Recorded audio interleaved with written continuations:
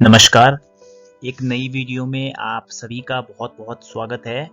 तो पिछले कल हमने कक्षा 3 की हिंदी की पाठ्य पुस्तक रिमझिम के पाठ 9 कब आऊं को पढ़ा था, जिसमें हमने कहानी का आधा भाग पढ़ लिया है और बची हुई कहानी का शेष भाग हम आज की वीडियो में पढ़ेंगे।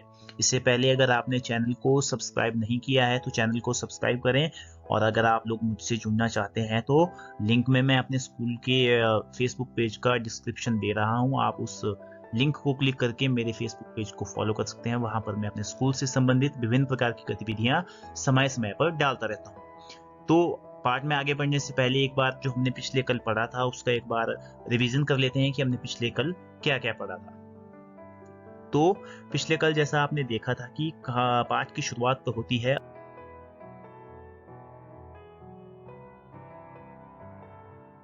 अवंती से। अवंती जो है उसने एक गांव में छोटी सी रंगाई की दुकान खोली और गांव वासियों के लिए उसने कपड़ा रंगना शुरू किया हुआ है, और सभी लोग उसकी रंगाई की प्रशंसा करते हैं और उसकी दुकान जो है धीरे धीरे चल निकलती है। तो अवंती की प्रशंसा सुनकर एक सेठ को बहुत ईर्ष्या महसूस होती है, यानी बहुत उसे जलन होती है। तो हमने वो शब्दों के मतलब भी देखे थे। अवंती जो है वो एक आदमी का नाम है, रंगाई यानी कपड़ों को रंगना, प्रशंसा यानी तारीफ, दुकान चल निकली यानी अच्छी कमाई होना, और उसके बाद सेठ यानी धनी व्यक्ति, और ईर्ष्या यानी जलन। उसके बाद अवंती को परेशान करने के लिए एक दिन क्या होता है, सेठ कपड़े का टुकड़ा लेकर अवंती की दुकान में पहुंचता है और दरवाजे के अंदर घुसते ही बुलंद आवाज में बोलता है कि इस कपड़े को रंग दो। तो अवंती उससे प्रश्न पूछता है कि आप इस कपड़े को किस रंग में रंगना चाहते हो। तो इस स्लाइड में जो वर्ड मीनिंग है, बुलंद, ऊंची, हुनर, कला, तारीफ, प्रशंसा। तो जब इस तरह का सवाल अवंती सेठ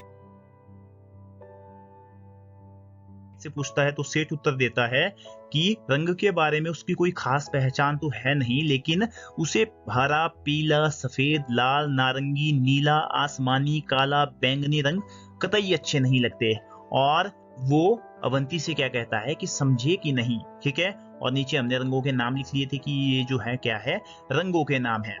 तो अब उसके बाद क्या होता है वो हम आज की वीडियो में देखेंगे, और आज की वीडियो में जानेंगे कि अवंती अपनी इस मुश्किल का हल किस तरह से निकालता है।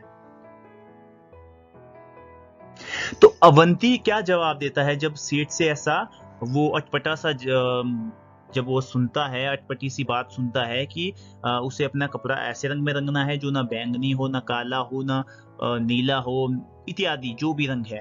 तो अवंती इस पर क्या जवाब देता है, समझ गया हूं, अच्छी तरह समझ गया हूं, मैं जरूर आपकी पसंद की रंगाई कर दूंगा। तो अवंती ने सेठ का मंसूबा भांपते हुए उसके हाथ से कपड़े का टुकड़ा ले लिया। तो क्या होता है, अवंती ने सेठ का मंसूबा भांपते हुए, मंसूबा भांपना यानी क्या होता है मंसूबा भांपना, ये आप यहाँ देख सकते हैं, इरादा जानना। तो अवंती ने सेठ का इरादा जानते हुए उसके हाथ से कपड़े का टुकड़ा ले लिया।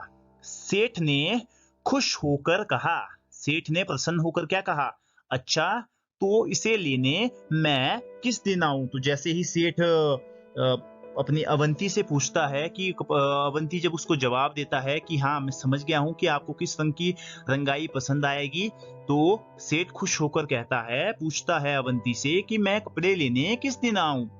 अवंती ने कपड़े को अलमारी में बंद करके उसमें ताला लगा दिया और सेठ से बोला। तो अवंती ने क्या किया, कपड़े का टुकड़ा उस सेठ के हाथ से लिया और उसको अपनी अलमारी में बंद कर दिया और उसमें क्या लगा दिया, ताला लगा दिया। और सेठ से बोला, आप इसे लेने सोमवार, मंगलवार, बुधवार, बृहस्पतिवार, शुक्रवार, शनिवार और रविवार को छोड़कर किसी भी दिन आ सकते हैं। तो अवंती क्या कहता है सेठ से कि आप इसे लेने सोमवार, मंगलवार, बुधवार, बृहस्पतिवार, शुक्रवार, शनिवार और रविवार को छोड़कर किसी भी दिन आ सकते हैं। तो अवंती ने सेठ को उसी की भाषा में जवाब दे दिया। तो ये जो सोमवार, मंगलवार है, ये क्या है, दिनों के नाम है। आप जानते हैं कि सप्ताह में कितने दिन होते हैं, 7 दिन होते हैं। तो पहला दिवस क्या होता है, सोमवार, उसके बाद मंगलवार, उसके बाद बुधवार, उसके बाद बृहस्पतिवार। बृहस्पतिवार को हम बेटा और क्या कहते हैं, वीरवार भी कहते हैं या गुरुवार भी कहते हैं। उसके बाद है शुक्रवार, शनिवार और रविवार। तो सेठ से अवंती कहता है कि आप इन दिनों को छोड़कर किसी भी दिन अपना कपड़ा लेने आ सकते हैं।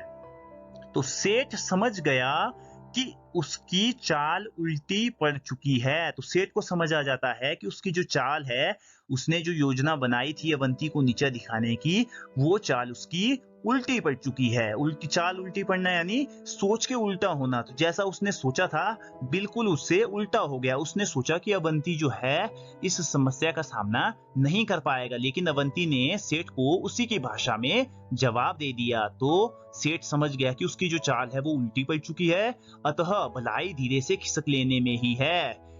फिर उस सेठ ने दोबारा अवंती की दुकान में घुसने की हिम्मत नहीं की। हिम्मत यानी साहस। तो उसके बाद जो सेठ है वो दुकान से चुपचाप चला गया और दोबारा उसने अवंती की दुकान में कभी भी घुसने की हिम्मत नहीं की। तो उसने सोचा था कि जो अवंती है वो इस समस्या का हल नहीं निकाल पाएगा, लेकिन अवंती क्या था, अवंती बुद्धिमान था। उसने बुद्धिमानी से इस समस्या का हल निकाल लिया और इस तरह से जो सेठ है वो दोबारा फिर कभी अवंती की दुकान में नहीं घुसा। तो तभी इस पाठ का नाम क्या रखा गया है, कब आऊं। जब सेठ अवंती से सवाल पूछता है कि मैं इस कपड़े को इस जो रंगाई वाला कपड़ा है इसको लेने में कब आऊं, तो तभी इस पाठ का नाम जो है क्या रखा गया है, कब आऊं। इसको लिखा है RS त्रिपाठी जी ने। ठीक है, तो चलिए अब हम बढ़ते हैं कार्यपत्र की ओर। आज के कार्यपत्र का प्रश्न नंबर 1 है, किसने किससे कहा। क है, तुम्हारी काफी तारीफ सुनी थी इसलिए आया हूं। ये किसने कहा था, ये कहा था सेठ ने।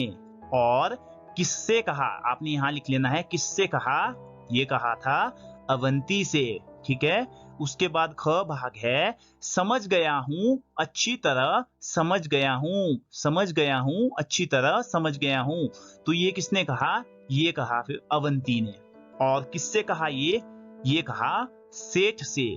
उसके बाद ग है, रंग के बारे में मेरी कोई खास पसंद तो है नहीं।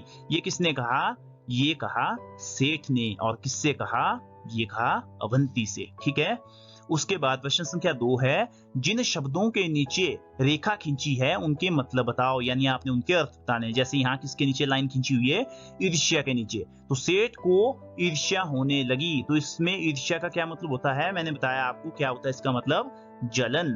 ठीक है, ईर्ष्या का मतलब होता है जलन। उसके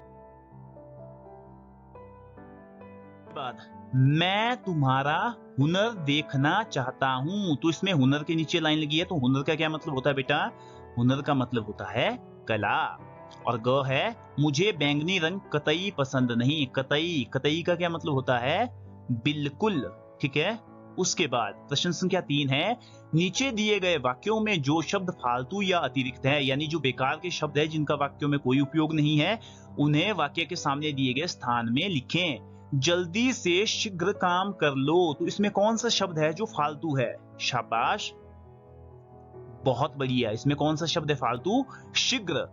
अगर आप शीघ्र नहीं लिखेंगे तब भी ये वाक्य बिल्कुल ठीक है। जल्दी से काम कर लो, क्योंकि जल्दी और शीघ्र का क्या मतलब होता है, एक ही मतलब होता है। ठीक है, तो यहाँ आपने आगे बॉक्स में लिख लेना है शीघ्र। उसके बाद ख है, पीला पपीता बहुत मीठा है। इसमें कौन सा शब्द है फालतू, बहुत बढ़िया, इसमें शब्द है फालतू पीला, क्योंकि पपीता बहुत मीठा है। तो अगर पपीता मीठा है तो निश्चित तौर पे वो कैसा होगा, वो पीला ही होगा। तो ये जो पीला है ये क्या है, ये यहाँ फालतू या अतिरिक्त शब्द है। तो इसको यहाँ आपने आगे इस बॉक्स में लिख लेना है। और अंतिम जो ग है वो है, सफेद दूध बहुत पौष्टिक होता है। तो इसमें फालतू शब्द क्या है, इसमें फालतू शब्द है सफेद। क्या है इसमें फालतू शब्द, सफेद। तो क्योंकि इस दूध कैसा होता है, दूध सफेद ही होता है, तो इसलिए ये शब्द फालतू है और आपने इसको आगे बॉक्स में लिख लेना है सफेद। ठीक है, तो इस तरह से जो आज की वीडियो है ये यहीं समाप्त होती है। उम्मीद करता हूँ आपको वीडियो पसंद आई होगी। वीडियो पसंद आई तो चैनल को जरूर सब्सक्राइब करें और मुझसे जुड़ने के लिए, मेरे स्कूल से जुड़ने के लिए डिस्क्रिप्शन में मैंने फेसबुक पेज का लिंक दिया है। मेरे फेसबुक पेज पे मेरे स्कूल को फॉलो करें। आपका इस वीडियो को देखने के लिए बहुत बहुत धन्यवाद, बहुत बहुत आभार। जय हिंद, जय हिमाचल।